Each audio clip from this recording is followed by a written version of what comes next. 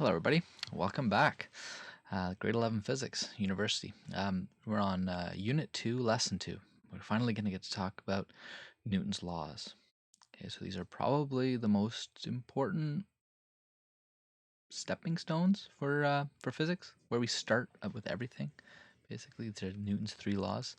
And I'm coming to you from Cambridge, the beautiful lawns of Cambridge University, where Newton did his university work. He studied here as a kid.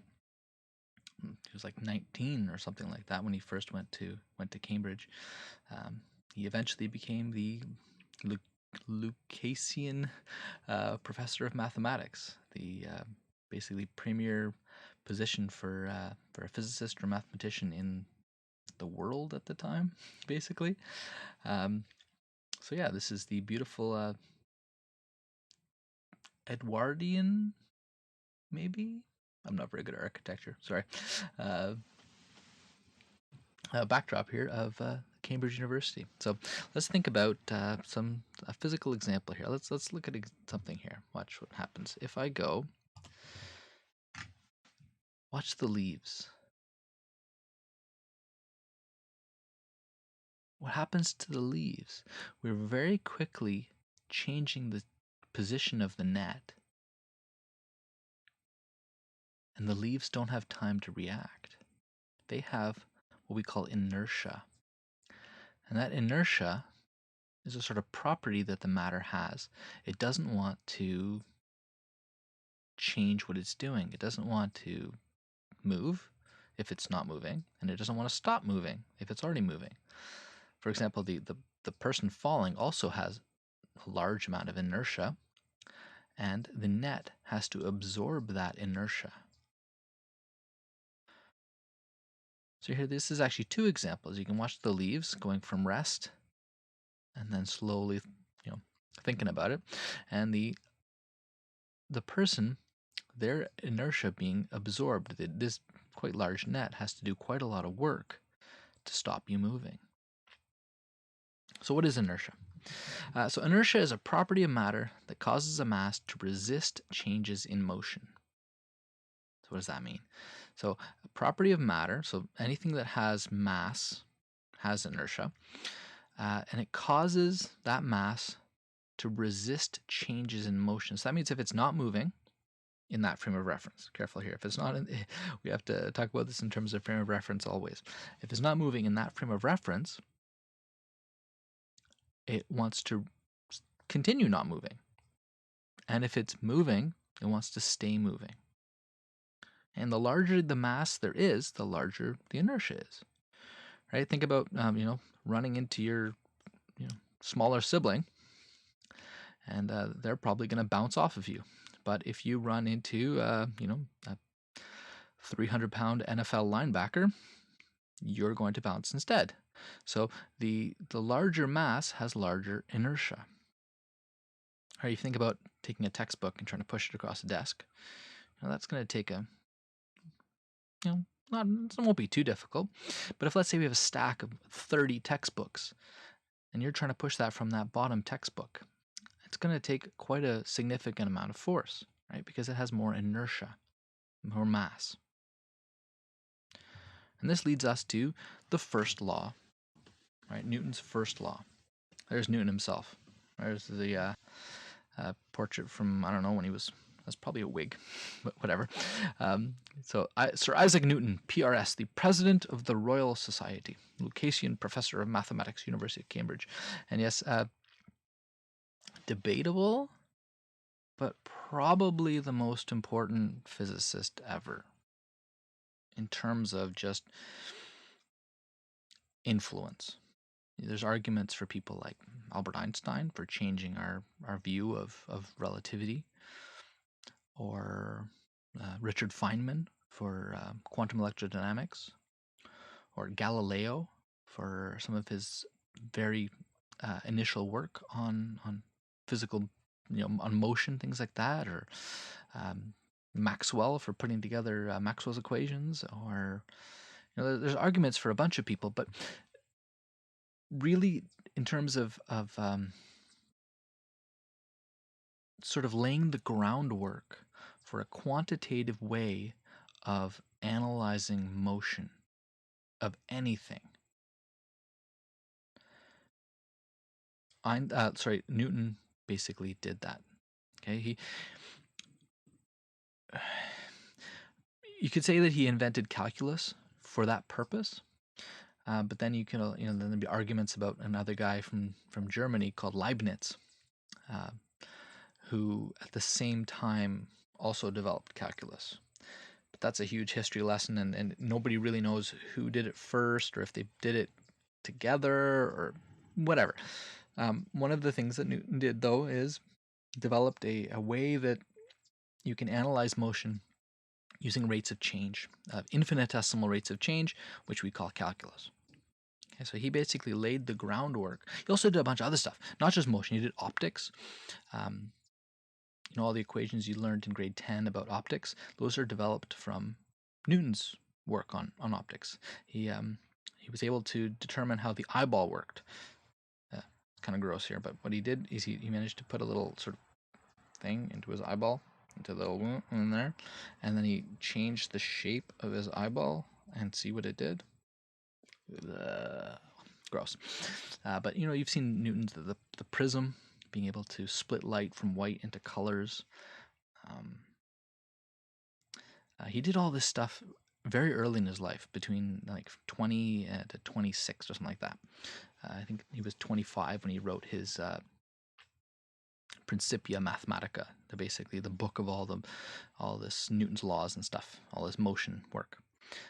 He did live much longer than that. He did a lot of other things, but he was also a devout Christian, and he spent most of his life trying to figure out how, basically, like a theology of physics was what he spent most of the rest of his life doing. He also did stuff on alchemy, trying to convert lead into gold and things like that. Fascinating individual. If you want to look into him, I'm sure there's all kinds of stuff on YouTube. But let's go back to the matter here. First law. So Newton's first law states, if the net force acting on an object is zero, the object will remain at rest or at constant velocity. So that's saying if there's no force overall, there's no force acting on something. Like net force means if you add up all the forces acting on it. If there is no force, it doesn't change its velocity. Could be zero, could be constant, doesn't change. Alternatively, you could say that if there is a net force, there will be an acceleration. But that sort of leads us into the second law, which states that if there is a non-zero net force, then the object has to accelerate in the same direction as the net force, which makes total sense, right? You push something, it's going to move in that same direction. It'd be kind of strange if you push something and it shears off to the right. But that makes sense, right? This is why this formula makes sense here, that it's a vector. So the direction of the force is the same as the direction of the acceleration. And the size of the acceleration is proportional to the net force. So the faster you push it, the faster it accelerates. Sorry, not faster. The more you push it, the more it accelerates. And also, conversely, the heavier it is, the less it will accelerate. Okay, so think about this mathematically. If I'm keeping the force the same, if I want this side here, this is a constant now, and I'm going to increase my mass mathematically for the force to still be constant, the acceleration has to go down. So this is what he means by inversely proportional. As we increase the mass, we decrease the acceleration. It can actually be easier to see if we rearrange this formula a little bit to say that the acceleration is equal to the force divided by the mass. So as you can see here, if I increase the denominator m, I will decrease the a. Right? This is a fraction, so if I divide by 2 compared to dividing by 5, if I divide by a large number, the quotient will end up being smaller. And if I increase the force, right, if my force goes up, my acceleration will go up. Right, because that's in the numerator, so that's okay. So this is a very famous equation, F equals ma. Okay, force is mass times acceleration, which is the simplest way of stating Newton's second law. Right? You can use words. That's why math is so beautiful. We can use this big long paragraph here to state Newton's second law, or you can write 4 characters. Right? F equals ma. Right? F equals ma. You guys need to memorize that one. It's pretty easy. I think you have it by now. That's Newton's second law. So let's do a problem involving that. So the Tesla 100D with the ludicrous plus update, whatever the heck that means, I don't know. It can accelerate from 0 to 60 miles per hour in 2.4 seconds. It weighs 4,960 pounds. What is the net force required to accelerate it to this speed? Okay, so I don't have an acceleration, but I have an initial velocity and a final velocity, and have a time. So we can calculate the acceleration. And I have a weight. But notice, unfortunately, this is in freedom units. So we're going to have to convert this into SI. So we know the initial velocity is 0 and the final velocity is 60 miles per hour. Now, we can convert that to meters per second. I just did a little Google. And 1 mile per hour is 0.447 meters per second. So I can multiply by this fraction. Now, this is how you can convert any unit.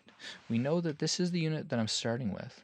I want to get rid of it, so I put the same unit in the denominator here. So this will now cancel miles per hour, and my final answer will be in the numerator's unit. Okay, so multiply that out. I get 26.8 meters per second. And same thing with the mass. It's in pounds.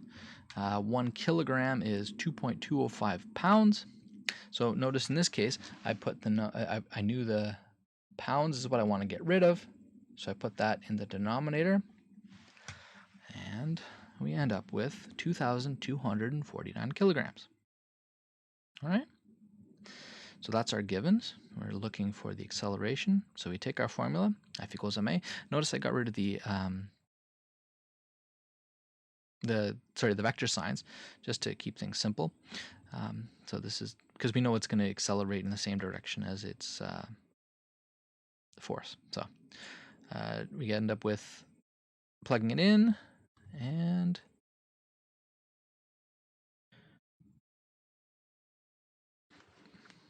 oops. All right, so yeah, I forgot to divide by time. All right, there we go, I fixed it. So it's the difference in the speeds, in this case because they're not vectors, they're scalars, difference in the speeds divided by the time. All right, and this works out to basically 2.5 times 10 to the 4 newtons.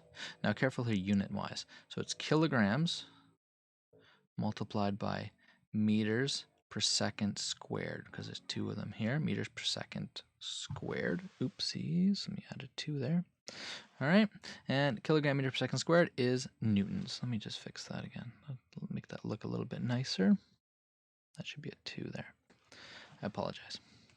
Okay. And, put a therefore statement to finish off our problem. Okay. Last one, Newton's third law. You've probably heard this at some point in your life. For every action, there is an equal and opposite reaction. So another way of saying that, for every action force, anytime you push on something, kick something, move something, there is a reaction force equal in magnitude but in the opposite direction. The forces are always the same. Anytime you do anything, any action, anywhere in the universe, you do any sort of action, you're going to get a reaction. And notice you can do this by saying a negative here, because these are vectors. It's the same magnitude, but putting a vector sign in front of this tells us it's in the opposite direction. So you can say this exact same thing using this mathematical expression. All right.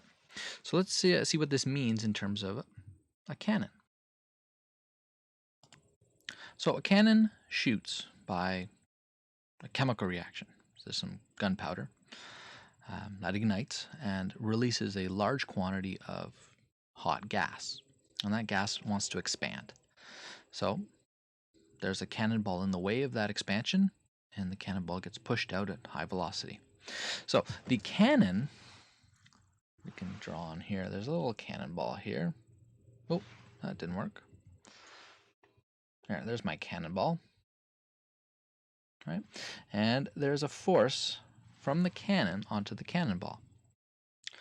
So the cannonball accelerates at quite a high rate of acceleration and is launched out of the cannonball.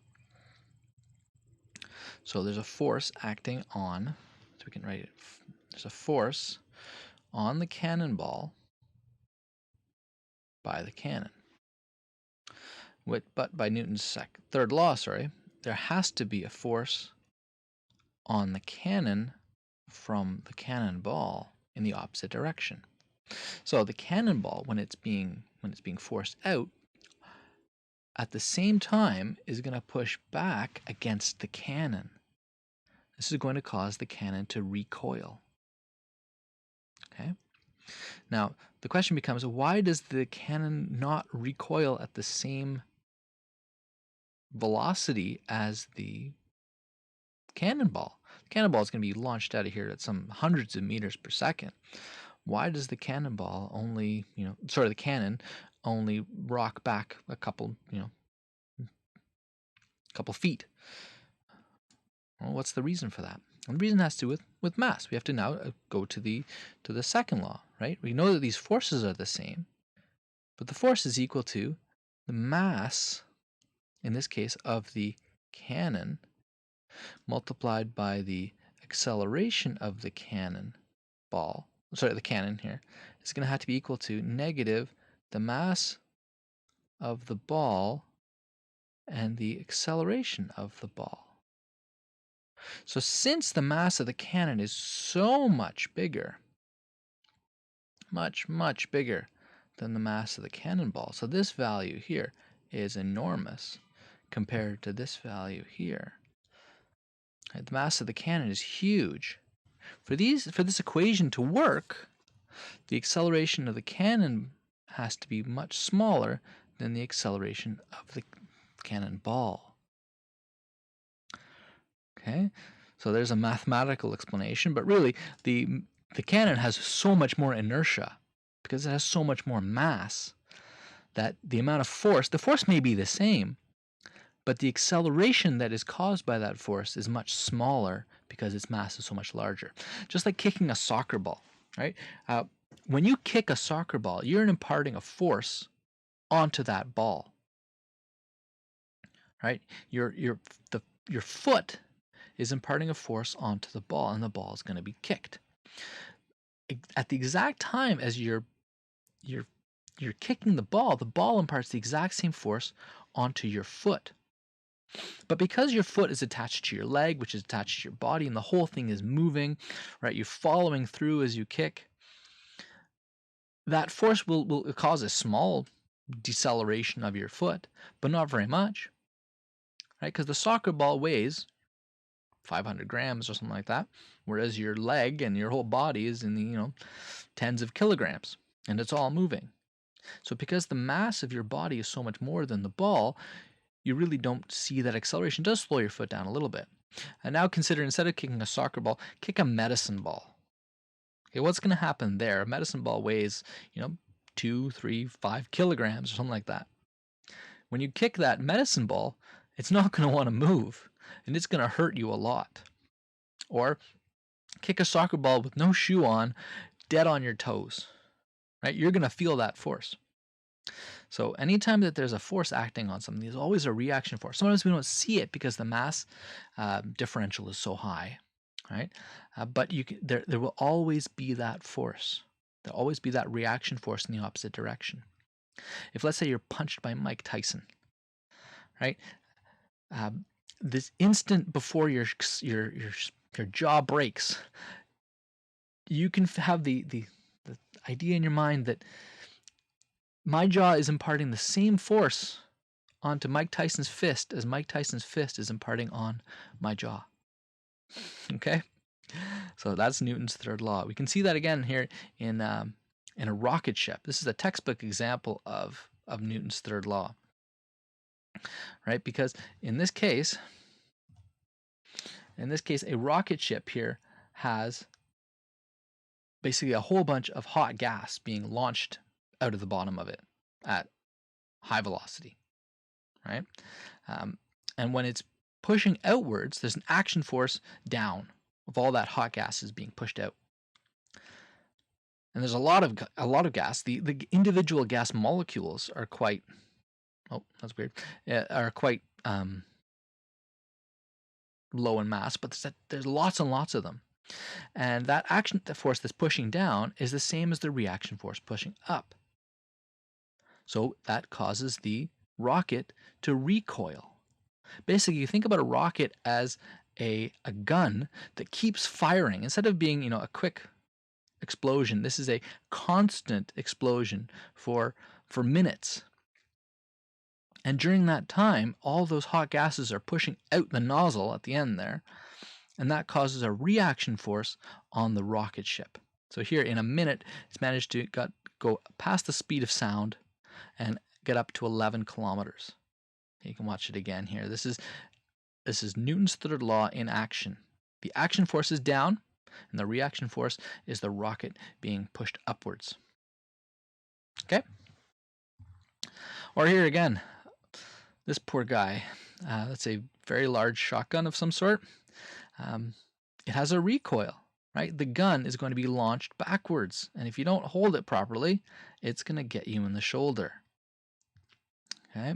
And you can actually see Newton's first law as well. If you watch his head doesn't move until it catches up to his body. There's a moment there where his head is completely stationary. And I'm sure his shoulder's going to be in some serious pain after that.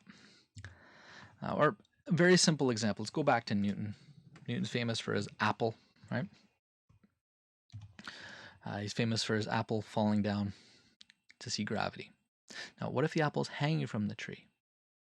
The apple is going to be pulling on the tree with some force, right? Force of gravity, pulling down on it. But it's not moving because the branch is going to be pulling on let's think about this carefully. Okay, so there's the apple action force. So this is the apple on the branch. It's going to be here. This is our force apple on branch. Let's make these vectors. Okay. It is going to be the same as the force of the branch on the apple, but in the opposite direction. Another way of saying this is that the force of gravity is equal to the negative the force normal. In this case, you can call it a tension force. All right. So objects just sitting there are even an example of Newton's third law. All right. I got a couple brain teasers here. Okay, so let's say we have a beaker on a scale with a little floating cork in it. We weigh everything, the beaker, the water, the cork, and we end up with a measurement here. Now, it's floating because of buoyancy. Maybe you remember something called Archimedes' law, which states that an object will float if the water it displaces weighs more than the object itself. So there's a buoyant force. There's something pushing up. The water wants to replace the object, so it's pushing it back and it keeps it floating. Let's say I now put my finger and push down onto that cork and I submerge it. If I let go, it's going to bob back up, right? But while I'm submerging it, what's going to happen to my weight that I'm measuring? Remember, this is measuring a weight. Right? This scale measures the force which you're pushing down onto a spring. So is that going to stay the same? Is it going to increase? Is it going to decrease? That's up to you to think about, okay? And here's another fun one. If I take a spring scale, it's basically just a little this thing here. It's called a spring scale. I'd show you if I had one. Sorry, don't have one right now. It's in my lab in room 229, but I'm not there. Anyways, if I take a spring scale, basically just a spring. It's got a little little mark on it, and as you extend the spring, the mark moves, and you're able to. It's calibrated to a certain number of newtons. So if I attach this spring scale to a string, and I attach it to the wall, and I pull on it, 500 newtons. That's the measurement I get. If now I get two people, instead of the wall being there, I get two people to pull on it, it's still measuring 500 newtons. Why is it not measuring 1,000 newtons? Isn't there twice as much force being acted on? Interesting. I want you guys to think about that. Okay? All right. So just a little quick summary. This is taken from the Nelson Physics 11 textbook. These are Newton's 3 laws. Number 1, every body remains in a state of rest or uniform motion, constant velocity, unless it is acted upon by an external unbalanced force, inertia. Number 2, a body of mass m subjected to a net force F undergoes an acceleration A that has the same direction as the force and a magnitude that is directly proportional to the force and inversely proportional to the mass. It's a lot of words just to say F equals ma. Really should put a vector on this here. And last one, number 3, the mutual forces of action and reaction between two bodies are equal, opposite, and collinear. Otherwise, F action, that should be an I, equals negative F reaction as a vector. All right? So there's a quick little summary. So let's talk about the assignment now. Basically, I want you to do 3 things in this unit as your unit assignment. Okay, because we have these units, it only has 4 lessons, but this last lesson here, number 2, is pretty important. This is a very important lesson for all physics. Okay, and I want you to think about some of these ideas. So the first part is a bunch of conceptual questions. It's about 10 questions for each law. It's a package. It's on the Weebly. I'd like you to go through them, answer them all in a Word document, and hand it in the assignment Dropbox. Number 2 is I'd like you to make a poster using Word, using Photoshop, using GIMP, using whatever you want, whatever tool you have at your disposal. You can use a Microsoft Publisher, you can use, I don't care, whatever it is. I'd like you to make a poster that will allow us to see what Newton's 3 laws are. I'm going to assign each of you a law, and you're going to be responsible for creating a poster. And you can drop that into the Dropbox, and I will post all of those onto, I'll make a collage of them all, and I'll put them on our team site.